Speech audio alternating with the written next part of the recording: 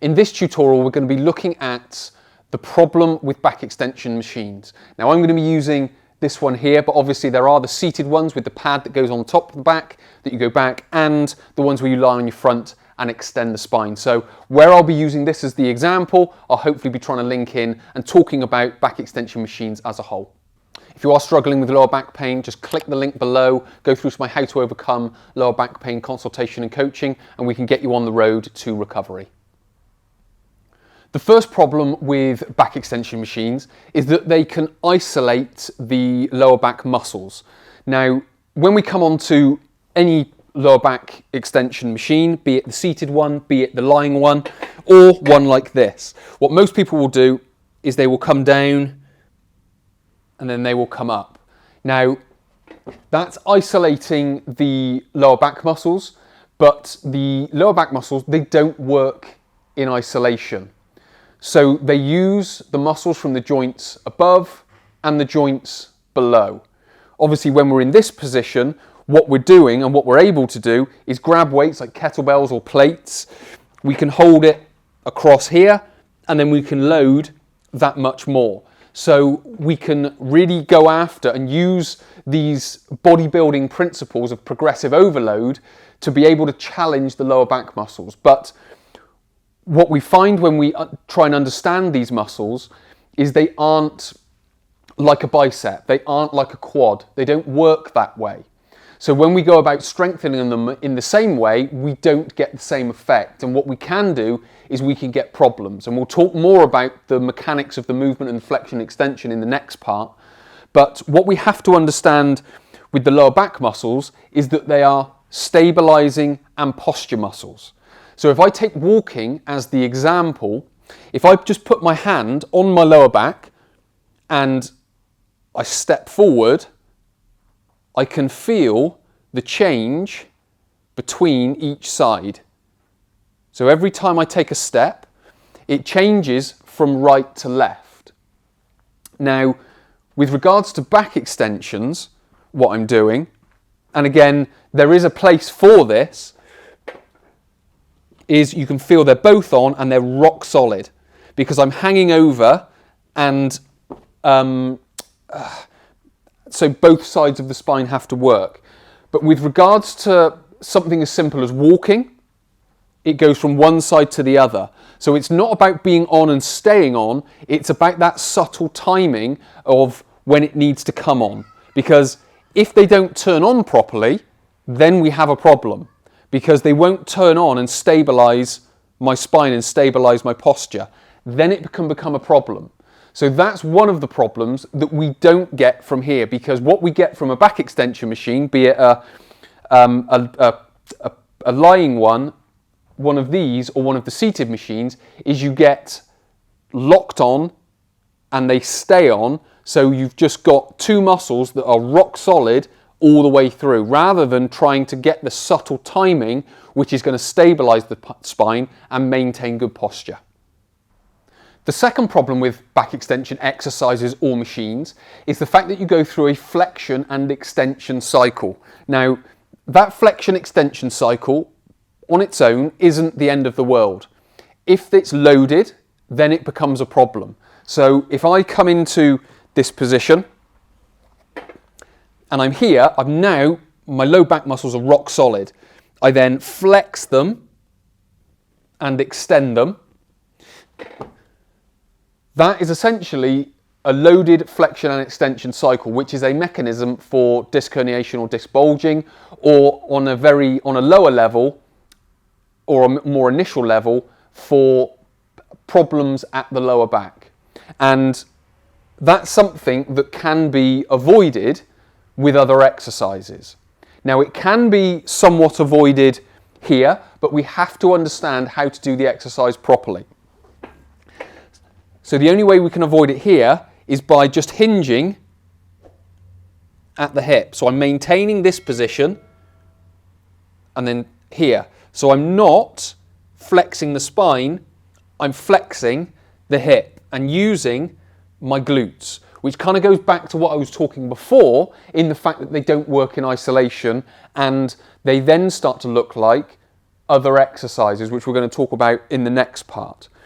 So how we have to understand the muscles of the lower back is, as I mentioned before, they're stabilizing muscles. So it's about them switching on and switching off at the right time. Whereas with this, we get them rock solid, then we get them flexed and extended, which isn't really how they're working. Because the other part to what I was talking about before is the fact that they are guy wires. So they come down the back of the spine, some of them come off each of the vertebra, and what they are doing is they are basically, when we step, for example, or even when we go into some sort of lift, which we'll talk about more next, what they are doing is they are contracting to stabilize the spine, but then as we move, they change that intensity of contraction. So as I talked about here, as you can feel them turning on and turning off, they're managing that stability from side to side. And then even when we go into this lifting posture, here we feel them on, but then when we come up here, they start to turn off a little bit. They turn on, they turn off. So they're always managing that, but they're acting like guy wires to stabilize the spine and each segment of the spine, so each vertebra of the spine, and hold it in position. And there are exercises that are more advantageous for this type of function that I'm talking about, rather than just getting the muscles locked on and going through a flexion extension cycle. So the first one I would choose would be good morning. So we've got a weight up on the back, coming forward, and then standing tall. So again, we've got the hip hinge like we were talking before, but what the advantage we've got here is we've got the muscle that would come on, both sides, lock on, stabilize, but then it would start to reduce that contraction. It doesn't mean it will go completely relaxed, but it will reduce that contraction because the body's coming up a little bit more vertical. So one of the examples of a more advantageous exercise is a good morning. The second one would be an extension of that, but this time I'm holding the weight in front of me and I'm going hinging back and then coming up. Again, I've still got that same mechanism of when I flex at the hip, muscles come on. When I extend and come back up into the upright position is sort of slightly switching off. The other advantage I have with an exercise like this is because I'm holding the weight in front of me, what I'm able to do is get more muscles involved because I can get my lats involved a little bit more. So I've got my glutes and my hamstrings and my lower back muscles activating at the right time, doing what they need to do. But what I then do is if I aim this weight for my heels, I keep my shoulders and elbows close to my body and my lats activate that much more. So not only do I get the muscles below, I get the muscles above supporting. So what starts to happen is we start to align with how the lower back muscles work, which is not in isolation, which is as a whole group.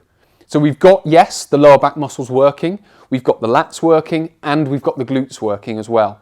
So we've got the thoracolumbar fascia pulled nice and taut, so that's adding stability to the spine, which is reducing a bit of the load on the spine because it's spreading it out, rather than focusing it all on the erector spinae muscles. So those are sort of two examples of the sort of hip hinge, flexion, extension type of movement.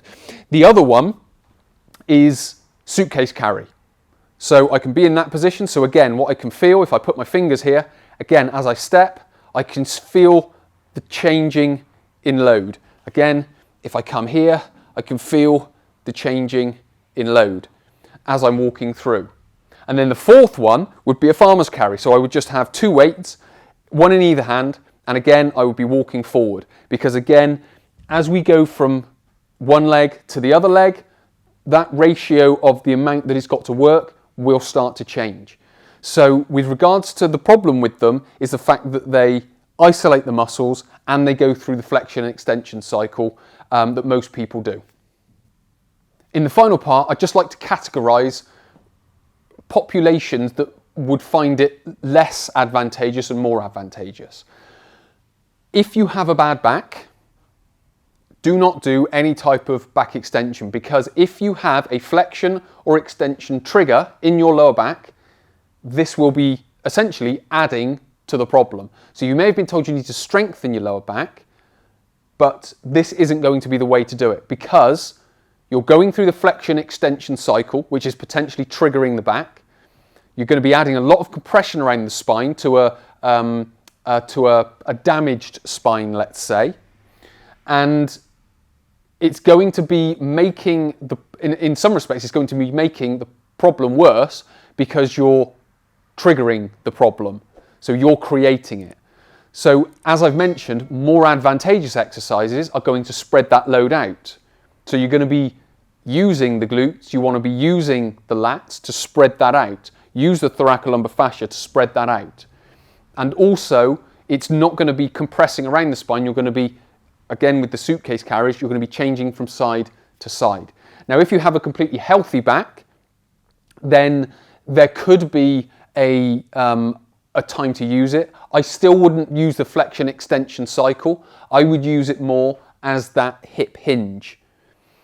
I wouldn't go through the flexion extension cycle for the very simple reason it's a mechanism of injury. So you're essentially creating an injury whilst you do it. Whereas if you maintain the posture and just hinge forward and back, you're getting the muscle activation, which again isn't necessary, but you're not getting the flexion and extension cycle. But as I've mentioned, more advantageous exercises for people with a healthy back would be good mornings, carries, deadlifts and things like that. For people with a bad back, those types of exercises need to be used at the right time.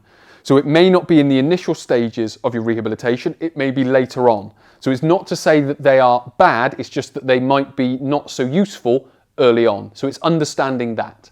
So there's a lot of context and nuance that goes with all of this. So as I've mentioned before, if you want to discuss that, if you want to go through that to help you overcome your lower back pain, click the link below and we can, you'll fill out 2 questionnaires first, which come through to me.